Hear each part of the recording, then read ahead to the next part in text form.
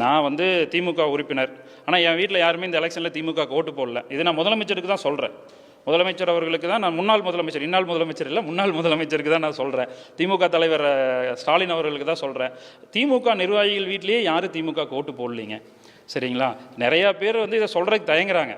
செந்தில் பாலாஜி மேலே குற்றச்சாட்டு வைக்கிறதுக்கு தயங்குறாங்க. ஆனால் நான் இன்றைக்கி தைரியமாக ஒரு முடிவெடுத்து வந்து தான் நான் இன்றைக்கி இந்த குற்றச்சாட்டை சொல்லிட்டு இருக்கிறேன் உங்களுக்கு. செம்மொழி பொங்கலில் 40 கோடிங்கிறது மட்டும்தான் நேற்றுக்கு வந்து பிரச்சனையாக இருக்குங்க. ஆனால் 400 கோடிக்கு மேலே ஊழல் நடந்திருக்குங்க. அதெல்லாம் ஒவ்வொரு துறையிலையும் போய் பார்த்தா தானே தெரியும் உங்களுக்கு. எல்லாம் ஊழல் நடக்காத துறையே கிடையாதுங்க.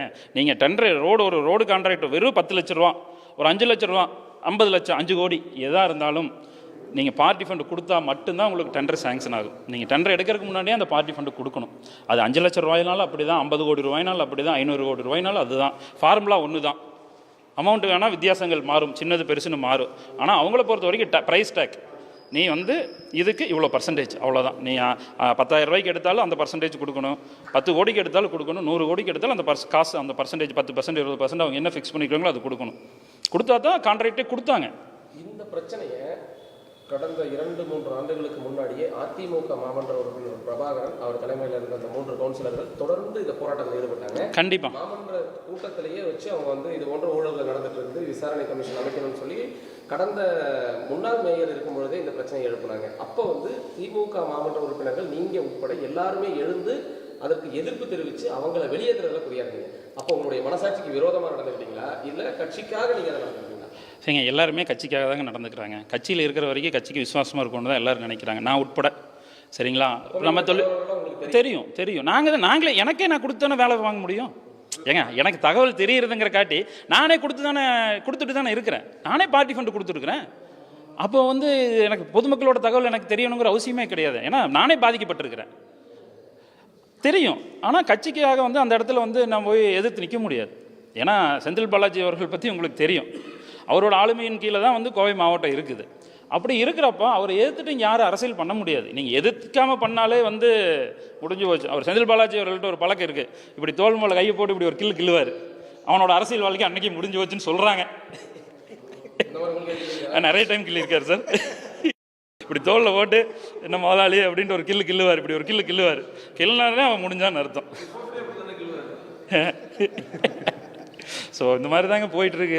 ஸோ நான் இன்றைக்கி வந்து ஏன் இவ்வளோ குற்றச்சாட்டு வைக்கிறேன்னா, நான் அந்த கட்சியிலேருந்து வெளியே வரேன்னு முடிவு பண்ணிட்டேன். அதனால் ஓப்பனாக எல்லாத்தையும் நம்ம சொல்லிடணும். ஏன்னா இனியாவது தலைமைக்கு வந்து அதுக்குண்டான என்ன ரீசன்னால திமுக தோத்துதுங்கிறது தெரியணும். அதாவது விஜய் அவர்களோட எழுச்சி ஒரு பக்கம் இருந்தால் கூட திராவிட கட்சிகள் மேலே இருந்த அதிருப்தி முக்கிய காரணங்க. 2 விஷயம்தான். விஜய் அவர்கள் மேலே மக்கள் நம்பிக்கை வச்சுருந்தாங்க. இந்த நேரத்தில் வந்து திராவிட கட்சிகள் மேலே மக்கள் நம்பிக்கை இழந்திருந்தாங்க. 2 பேர் தான், நான் நீ, இல்லைன்னா நீயும் நான், அப்படி தான் போயிட்டு இருந்துச்சு. பட் இப்போ என்ன ஆச்சுன்னா, புதுசாக ஒருத்தர் வந்தோன்னா மக்கள் எல்லாருமே அவர் மேலே இருக்கிற ஒரு நம்பிக்கையில் அங்கே போனாங்க. சரிங்களா? அவரோட வந்து இன்றைக்கி நிறைய பேர் சொல்கிறாங்க யங்ஸ்டர்ஸ்னால தான் திரு விஜய் அவர்கள் டிவிக்கு ஜெயிச்சதுன்னு. அப்படி கிடையவே கிடையாதுங்க. எங்கள் வீட்டில் எங்கள் வயசானவங்க இருக்கிறாங்க, என்னுடைய அப்பா அம்மாலாம், அவங்க எல்லாருமே விஜய்க்கு ஆதரவாக தான் இருந்திருக்காங்க. ஸோ என்ன அப்படின்னு பார்த்தா, இந்த லஞ்சத்தினால எல்லாருமே இந்த பார்ட்டி ஃபண்டுங்கிற ஒரே ஒரு வார்த்தையினால எல்லாருமே பாதிக்கப்பட்டிருக்காங்க. யாருமே பாதிக்கப்படலைங்க. ஒருத்தன் வந்து 1000 சதுரடியில் வீடு கட்டுவாங்க. 1000 சதுரடிக்கு என்னங்க ஆகும்? 15 லட்சம் 20 லட்சம் போட்டு வீடு கட்டியிருப்பான். ஆனால் அவனுக்கு வந்து நீங்கள் வந்து காசு வாங்கிட்டு பார்ட்டி ஃபண்டுன்னு ஒரு அமௌண்ட் வாங்கிட்டு தான் டேக்ஸ் போட்டீங்க. பார்ட்டி ஃபண்டோடு நிற்காதுங்க. பார்ட்டி ஃபண்டுக்கு போடுறோன்னா அந்த இடத்துக்கு அந்த அதிகாரி வந்து லஞ்சம் கொடுத்து தான் வந்திருப்பான். அவன் லஞ்சம் கொடுத்து வரையிலும் அவனுக்கு அப்போ போட்ட காசு அவங்க எடுக்கணும்னு நினைப்பாங்க. அந்த அதிகாரி மேலே தப்பு சொல்ல முடியாது, எடுக்கணும்னு நினைப்பார். இந்த மாதிரி ஒவ்வொரு மட்டத்திலையும் லஞ்சம் முறையில் அதோடைய விகிதாச்சாரம் பார்த்தீங்கன்னா அந்த லஞ்சத்தோட பார்ட்டி ஃபண்டோட விகிதாச்சாரம் ஏறிடும். கடந்த முறை மாமன்ற உறுப்பினர்களாக அந்த வாய்ப்பு கேட்கும்போதும் சரி, உங்களுக்கு சீட்டு வழங்கும் பொழுதும் சரி, கட்சி தலைமைக்கு ஒரு நிதி கொடுத்து தான் எல்லாருக்குமே சீட்டு கொடுத்தாங்க அப்படின்ற ஒரு குற்றச்சாட்டு இருந்தது. பலரும் வந்து அதை வெளிப்படையாகவே சொன்னாங்க. நீங்கள் எவ்வளோ கொடுத்தீங்க, எவ்வளோ கேட்டிருந்தீங்க? இல்லைங்க, அது வந்து நான் வெளிப்படையாக எவ்வளோ கொடுத்தேங்கிறதெல்லாம் சொல்ல முடியாது. நான் வந்து எனக்கு இல்லை நான் எல்லாருமே கொடுத்த சீட்டு வாங்கியிருக்காங்க. அதெல்லாம் எந்த மாற்று கருத்து கிடையாதுங்க. எவ்வளோங்கிறது நான் வெளிப்படையாக சொல்ல முடியாது. இப்போ அதுக்கு பின்னாடி பல பிரச்சனைகள் இருக்குது. அதே நேரத்தில் நான் வந்து கட்சியில் சேர்றதுக்கு முன்னாடி நான் வந்து கட்சிக்கு வந்தது வந்து கலைஞர் அவர்களால் அவருடைய திட்டங்களால் தான் வந்தேங்க. கலைஞர் அவர்கள் தமிழ்நாட்டுக்கு செஞ்ச மாதிரி எந்த முதலமைச்சர் இதுவரைக்கும் செஞ்சது கிடையாது. அவ்வளோ திட்டங்களை கொடுத்துருக்காரு. இன்றைக்கி வந்து ஒவ்வொரு ஸ்டேட்லேயும் இன்றைக்கி சிட்கோ இருக்குது, அவர் தான் கொடுத்தாரு. ஒவ்வொரு ஸ்டேட்லேயும் இன்றைக்கி கவர்மெண்ட் மெடிக்கல் காலேஜ் இருக்குது. யாருனால வந்தது? அவர்னால தான் வந்தது. இடஒதுக்கீடு இப்படி நம்ம சொல்லிகிட்டே போகலாம். இந்த சமூக நீதின்னு நம்ம சொல்கிறோம், திமுகனா சமூக நீதிங்கிறோம். அந்த சமூக நீதி இன்றைக்கி கட்சியில் இல்லையே. முதலமைச்சராக கலைஞர் இருந்தப்போ ஸ்டாலின் துணை முதலமைச்சர், ஸ்டாலின் முதலமைச்சர் ஆனப்போ அவரோட பையன் உதயநிதி முதலமைச்சர், துணை முதலமைச்சர், இப்போ எதிர்க்கட்சி தலைவர். ஏன் திமுகவில் தகுதி வாய்ந்த வேறு யாரும், அந்த குடும்பத்தை தவிர வேறு யாருமே இல்லையா? நான் இதெல்லாம் கொண்டு போய் தலைமைக்கு சொல்கிற அளவுக்கு உயரத்தில் நான் இல்லை. நான் சொன்னால் அதை கேட்குற நிலைமையிலையும் கட்சி இல்லை.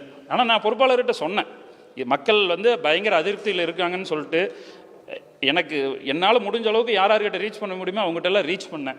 பட் எல்லாருமே சொல்கிறதோ ஏப்பா அது செந்தில் பாலாஜி ஏரியாப்பா, செந்தில் பாலாஜி சொல்கிறத சிஎம் கேட்பாங்க, பாலாஜி மீறி அது அங்கே வேலை நடக்காதுப்பா, நம்ம போய் சொல்கிறது வேஸ்ட் அப்படின்னு தான் எல்லாருமே சொன்னாங்க.